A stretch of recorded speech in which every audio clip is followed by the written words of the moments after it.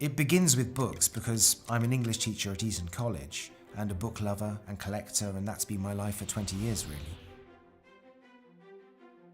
Most of my teaching has been done in this schoolroom, surrounded by books. Like any modern classroom, there's the internet and a projector and various other gadgets. But the technology I've really noticed having an impact is the smartphone. I've always made a thing of having a dictionary on a sort of lectern and reading out definitions. But now I find students use an instant dictionary function and they're beating me to it. A smartphone is a great tool for getting information quickly, but it's changing the way that young people read, and I think probably adults read as well. There's a greater instinct to scroll, to select, to interact with the screen. And you can say this is a disaster. You can say people are hopping all over the place and they're not reading properly, they're not engaging, they're not concentrating. Or you can say, hold on, this is a game changer. Everybody from now on is going to have a personal, portable, online computer in their pocket. And the potential for what you can do with that is extraordinary. And you can say, well, you know, phones are all about kids messaging their mates or whatever. But once you get past that, you realize that the smartphone could be an indispensable tool in schools, just as it is in the workplace. The old school model is a largely self-contained operation with its own facilities, manpower, fixed costs. In the workplace, there's a new flexible paradigm emerging, the network. And the network could be applied to schools, especially for older children, in the way they connect to wider resources, facilities, communities. But the network should definitely be applied in the way we teach. Every student can carry an encyclopedia, the complete works of Shakespeare, a calculator, a dictionary in his pocket. We need to harness the positive potential.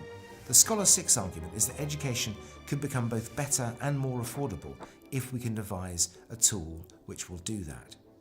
So I asked one of my own Eton students, a 16-year-old coder called William, to use his summer holiday to create the prototype for a teaching tool we're calling Bricks, Scholar Bricks. And he was helped by our CTO, Lindsay McVean, a founding figure at Coder Dojo.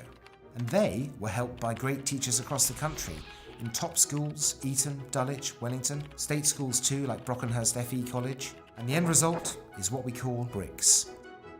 We talk about students playing a brick, and while there are different levels of ability and different lengths and you get a score, they're not really games, they're investigations.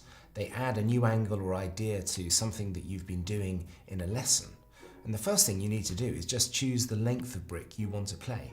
The first stage to any brick is the brief and prep. You get a brief about what the title and the scope of the investigation is, and then you have a preparatory task. You may be given a couple of links to online sources. You go off, you study those, and then you press begin. Now you're at the sharp end of the brick. You're racing against the clock, against questions which come thick and fast.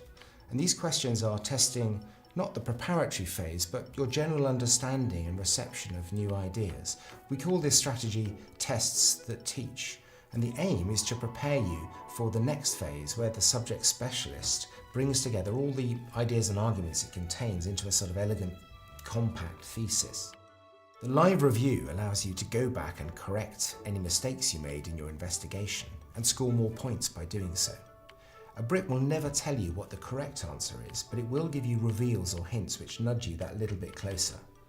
And the pedagogy here is that you learn more by correcting your own work. We call them bricks simply because they're built, they're created in their thousands by subject specialists, but also because we hope they build student confidence and understanding. A brick is a concept which pulls together a textbook, a lesson, homework.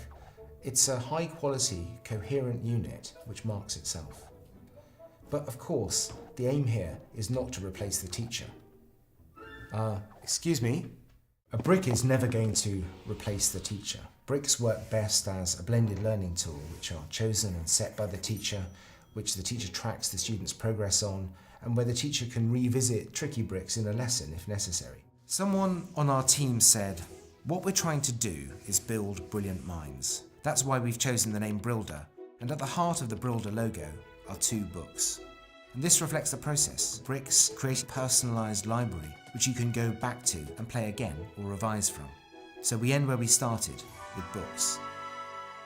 Schools of the future may not have physical libraries, but if they don't have reading, they won't be schools at all. The Scholar 6 vision is all about getting the best parts of education, reading and talking and thinking, across the chasm of technological change into the future. Brilda is simply a tool to help make that possible. And Scholar 6 is the new school environment we feel is necessary to integrate technology in an effective way across the whole curriculum. Thank you for listening.